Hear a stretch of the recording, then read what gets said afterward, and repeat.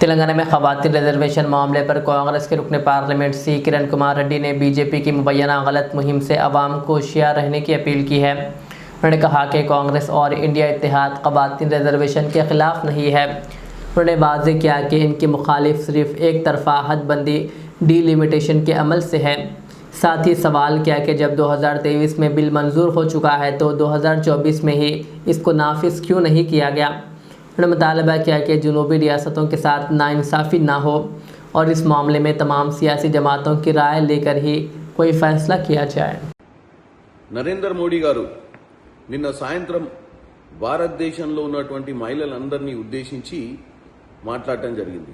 ముఖ్యంగా నరేంద్ర మోడీ గారి ఆలోచన ఏంటంటే అసలు ఈ 16, 17, 18వ తారీఖులలో పార్లమెంట్ పెట్టడం కానీ ఈ బడ్జెట్ సమావేశంలో ఏదైతే సెన్సస్ 2027లో వచ్చే సెన్సస్ తర్వాత జరగాల్సిన డీలిమిటేషన్ కానీ సీట్ ఎక్స్టెన్షన్ కానీ ఏదన్నా ఉంటే డిస్కస్ చేయాల్సింది అర్జెంటుగా తీసుకొచ్చి ఇప్పుడు జరుగుతున్నటువంటి వెస్ట్ బెంగాల్ ఎన్నికలు, తమిళనాడు ఎన్నికలలో ఎట్టి పరిస్థితుల్లో బీజేపీ పట్టు సాధించాలి అన్న ఉద్దేశంతో ఈ 3 రోజుల సమావేశాలు ముఖ్యంగా అత్యవసరంగా ఈ యొక్క డీలిమిటేషన్ మరియు ఎక్స్టెన్షన్ ఆఫ్ సీట్స్ గురించి తెచ్చినట్టుగా క్లియర్గా తేటతెల్లమైంది. ఎందుకంటే మహిళా రిజర్వేషన్ కానీ మహిళలకు కానీ ఇండియా కూటమిలో ఉన్నటువంటి కాంగ్రెస్ కానీ డిఎంకే కానీ సమాజ్వాదీ పార్టీ కానీ ఎవ్వరూ వ్యతిరేకం కాదు.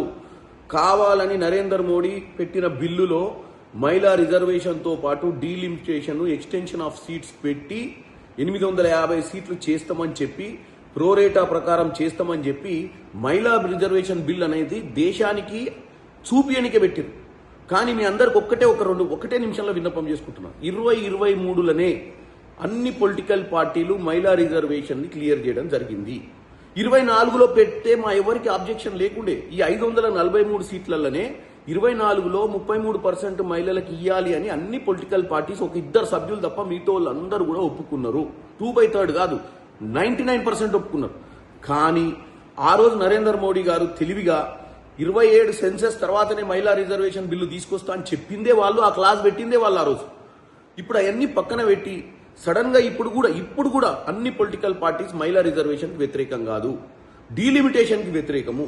ఎందుకంటే డీలిమిటేషన్ వాళ్ళ స్వార్థం కోసం, వాళ్ళ అవసరాల కోసం, బీజేపీ పట్టు సాధించడం కోసం చేసుకుంటున్నారన్న ఒక ఆలోచనతో ముందుకు పోతున్నారు కాబట్టి మేము వ్యతిరేకించినాం. కానీ దాన్ని పొలిటికలైజ్ చేయాలని చెప్పి ఈరోజు భువనగిరి పార్లమెంట్ లో కూడా బీజేపీ వాళ్ళు ఏమంటారు ప్రెస్ మీట్ పెట్టి నేను ఓటేసినా అని రాష్ట్రంలో ఉన్నటువంటి నాయకుల కోసం రాష్ట్రంలో ఉన్న బీజేపీ అధ్యక్షుడు, దేశం మొత్తానికి నరేంద్ర మోడీ వీళ్ళకి ఒక అజెండాగా ప్రాపగెండా పెట్టుకుర్రు. ఎందుకంటే ఎట్టి పరిస్థితుల్లో ఇప్పుడు రానున్న ఎన్నికలలో గెలవాలి, తప్పుడు ప్రచారం చేయాలి. ఈ రోజు కూడా మేము చెప్తున్నాం 33% రిజర్వేషన్ రేపు ఇచ్చినా మాకు ప్రాబ్లం లేదు, కానీ 543 సీట్లలో ఇచ్చుకోండి. డీలిమిటేషన్ చేయాలంటే అన్ని పొలిటికల్ పార్టీస్ తోటి సమావేశం పెట్టండి. 27 కాస్ట్ సెన్సస్ తర్వాత ఆలోచించి దక్షిణ భారతదేశానికి ఉత్తర భారతదేశానికి మధ్య అంతరం లేకుండా గ్యాప్ లేకుండా గతంలో ఇందిరాగాంధీ గారు కానీ వాజ్పేయి గారు తీసుకున్నటువంటి నిర్ణయాన్ని దృష్టిలో పెట్టుకొని తీసుకోమంటున్నాం తప్ప దయచేసి మరొకసారి భారతదేశంలో ఉన్నటువంటి మహిళలకు, తెలంగాణలో ఉన్నటువంటి మహిళలకు, భువనగిరిలో ఉన్నటువంటి మహిళలందరికీ కూడా మా అమ్మలక్కలకు అందరికీ చెల్లెళ్ళకు అందరికి ఒకటే చెప్తున్నా, మేము మహిళా రిజర్వేషన్ బిల్లుకు వ్యతిరేకం కాదు. వాళ్ళు కేవలం దాన్ని ఎదురు పెట్టి డీలిమిటేషన్ ఎక్స్టెన్షన్ ఆఫ్ సీట్స్ వాళ్ళు ఇష్టానుసారంగా ఎస్ఐఆర్ ఎట్లయితే చేసి 90 లక్షల ఓట్లు 60 లక్షల ఓట్లు బీహార్లో 90 లక్షల ఓట్లు వెస్ట్ బెంగాల్లో ఎట్లయితే డిలీట్ చేసిరో డీలిమిటేషన్ కూడా వాళ్ళకి ఇష్టానుసారంగా వాళ్ళకు అవసరం వచ్చే విధంగా ఈ భారతదేశంలో చేసుకొని ఎప్పటికీ అధికారంలో ఉండాలన్న పిచ్చి ఆలోచనతో పోవడం వల్లనే మేము వ్యతిరేకించినాం. కాబట్టి వాళ్ళు చేసే ప్రచారాన్ని మీరు పట్టించుకోవద్దు. మేము మహిళలకు వ్యతిరేకం కాదని చెప్పడానికే మేము ప్రయత్నం చేస్తున్నాం. నమస్కారం.